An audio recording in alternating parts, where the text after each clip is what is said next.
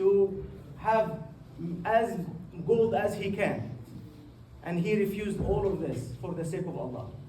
So Hudhafah was one of those Muslims that believed in Allah and believed in the Prophet Muhammad ﷺ very early, and he went to Abyssinia, the first immigration. So he's one of those early Sahaba.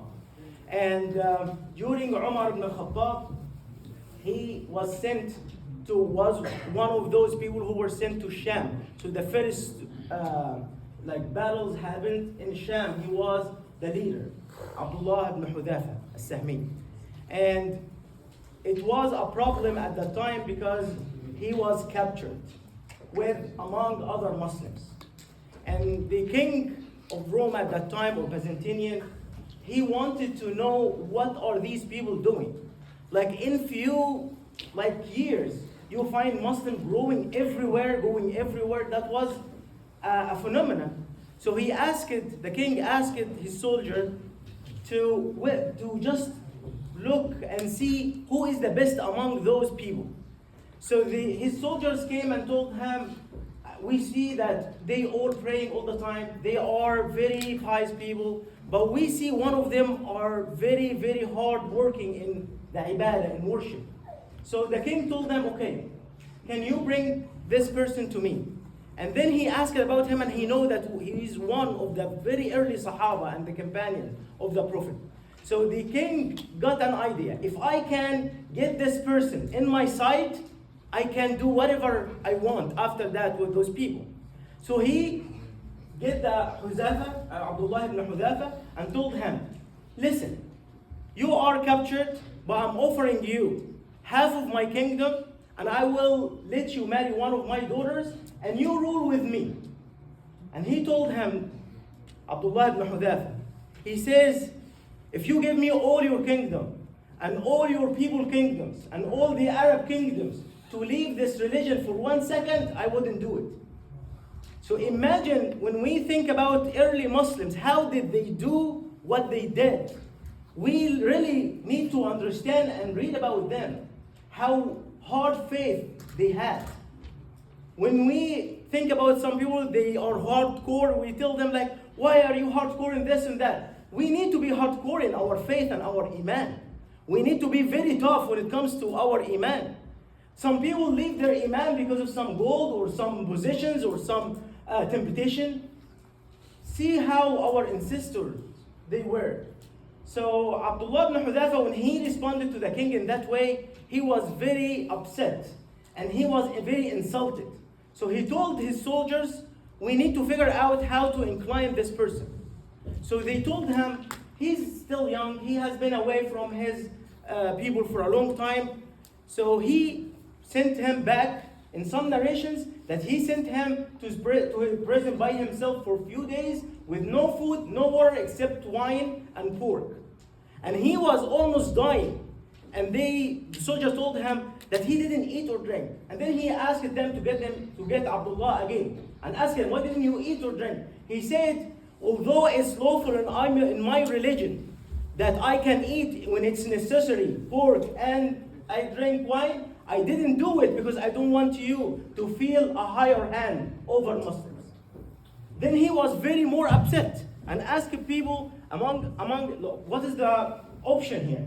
So the people around the king told him, okay, we're gonna have the best and the most beautiful girl in Rome to come and tempt this guy and see how he will do.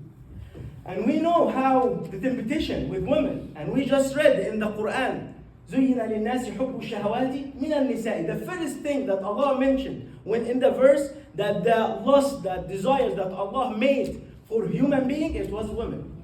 And for human being, women. So it means for men and women, by the way. So imagine that they got the best and the most beautiful girl in that place and let her get naked and went, and they gave her a lot of money if she can let him be in adultery with her.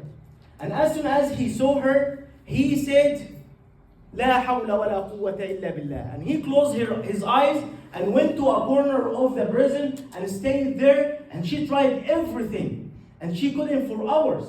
And then she went outside yelling at them and she says, والله إني لا أعلم أذكر أنا أم أنثى والله لا أعلم أدخلتموني على حجر أم ذكر. She says, like, I swear I don't know if you let me inside with a stone or a male. And I don't know if I'm still a woman or I'm a male. He didn't even look at me. And the king was more upset and he doesn't know what to do with all those people. So he asked his people again around him, the king, what we do with Hudhafah, Abdullah ibn Hudhafah. And they said, everybody, when it comes to death, they return back about their faith.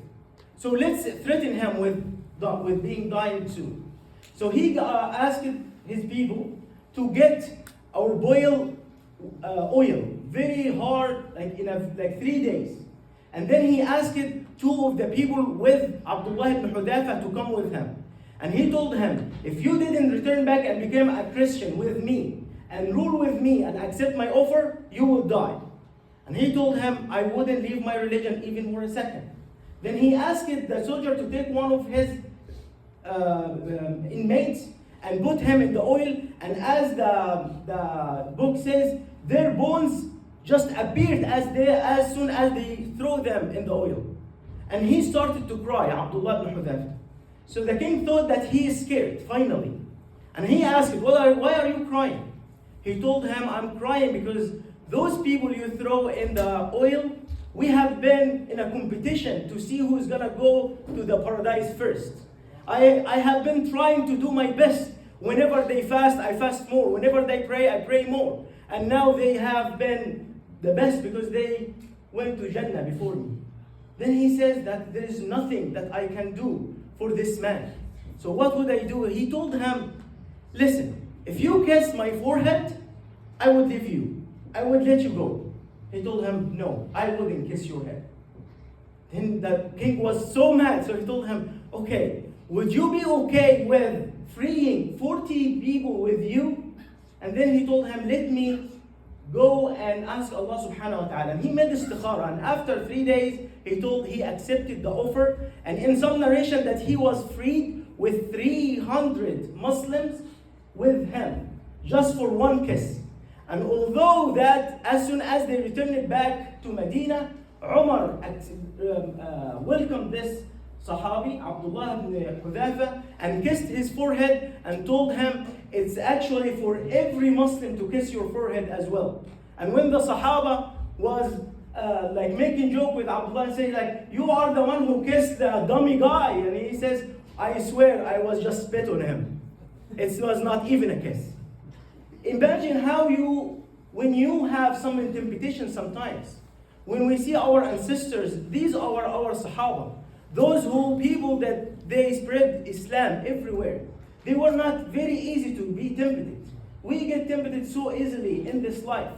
So imagine, as soon as you have your faith, renew your faith, and these are the models that we would love to imitate and let our kids imitate, inshallah. So at the end, I don't know if there are kids here to have a question. We have few of them over there. Okay. What is the longest surah in the Quran? Surah Al-Baqarah. Good job, mashallah. Okay, for the adults, what is the second most surah in the verses of the Quran? And the Sheikh don't say. Who knows? We have the longest surah with verses is Surah Al-Baqarah. What is the next surah that has the most verses in the Quran? Imran? No. Safa? No. But very close. No, not in Nisa. It's not a long surah, although it has a lot. Shu'ara? Yes, Shu'ara. Good job.